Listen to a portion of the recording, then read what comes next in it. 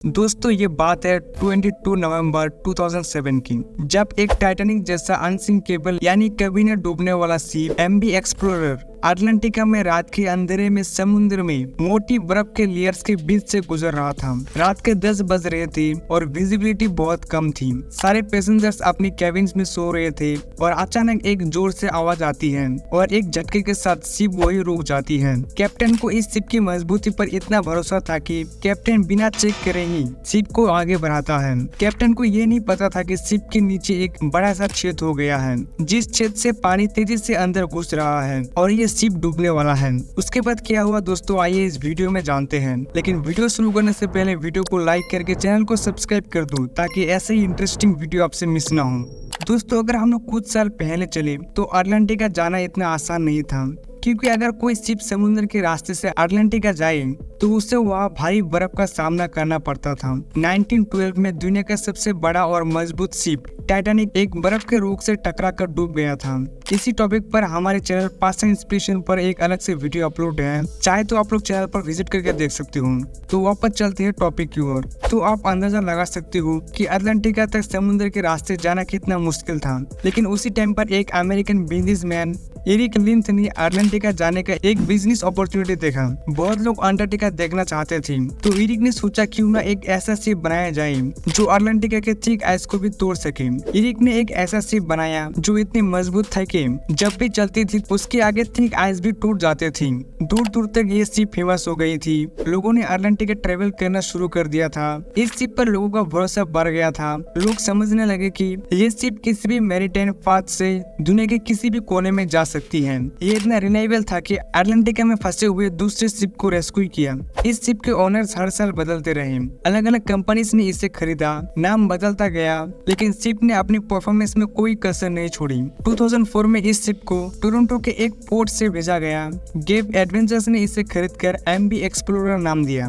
11 नवंबर 2007 को ये शिप दोबारा अटलांटिका के सफर पर निकला। ये 19 डेज का सफर होने वाला था। ये शिप अटलांटिका देखने का सपना लेकर निकल रहा था। किसी को अंदाजा नहीं था कि आगे काफी मुसीबत होने वाली थी। सफर के पहले 10 दिन अच्छे से गुजर गए और फिर आई 22 नवंबर की रात। शिप मोटी बर्फ के लेयर से गुजर रहा था। कैप्टन ने सबको बता दिया था कि हम एक आइस रोड से गुजर रहे हैं। इस वजह से बर्फ टूटते हुए शिप से टकराने की आवाज आएगी। इसमें घबराने की जरूरत नहीं है, आप आराम से सो जाइए और इस रात को गुजरने दो। शिप धीरे धीरे खाली रात में बर्फ टूटते हुए आगे बढ़ रहा था।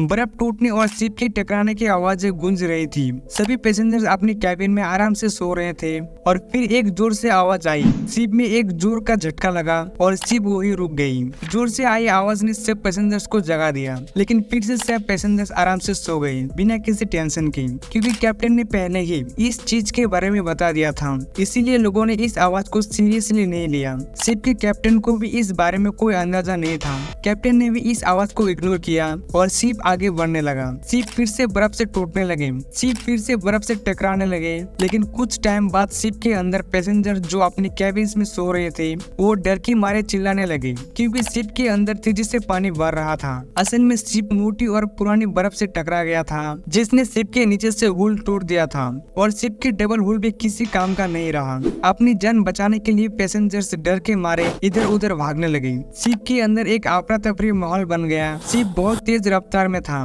कैप्टन को जब पता चला कि शिप के नीचे एक बड़ा छेद हो गया है तो कैप्टन ने सबसे पहले ये बात समझी। कैप्टन को यकीन ही नहीं हो रहा था। उसने सोचा कि एक छोटा छेद है जिसे कंट्रोल किया जा सकता है, लेकिन जब कैप्टन ने डैमेज के असेसमेंट किया तो पानी शिप के अंदर इतनी तेजी से भर रहा था कि देखते ही देखते कैप्टन की होश उड़ गई। कैप्टन को तब समझ में आया कि ये शिप डूबने वाला है। कैप्टन ने तुरंत क्रू मेंबर्स को डिस्ट्रेस सिग्नल भेजने को कहा। शिप के अंदर पानी इतना भर गया था कि शिप एक तरफ झुकने लगा। क्रू मेंबर्स ने पैसेंजर्स को तसल्ली दी और उन्हें लाइफ बोट्स में ले जाने लगे। गुड लक ये था कि 2 डिस्ट्रेस सिग्नल भेजे गए जो शिप को रिसीव हुए, मगर दिक्कत ये थी कि वो शिप अभी भी इतनी दूर थे कि एमवी एक्सप्लोरर की मदद करने मुश्किल था। दूसरी दिक्कत ये थी कि लोग लाइफ बोट्स में बैठे थे और ठंड के कारण उनका हालात खराब हो रहा था। ये शिप जो कई दशकों तक समुद्र पे राज कर रही थी और आज समुद्र की गहराई में डूब गया। लाइफ बोट्स में बैठे सब लोग खुले आसमान के नीचे इस दिल दहलाने वाली दृश्य को अपनी आंखों से देख रहे थे। कई घंटे लाइफ बोट्स में गुजर गए और अगले दिन की सुबह होने वाली थी जब उन्हें दूर समुद्र में कुछ रोशनी दिखी जो उनकी तरफ आ रही थी।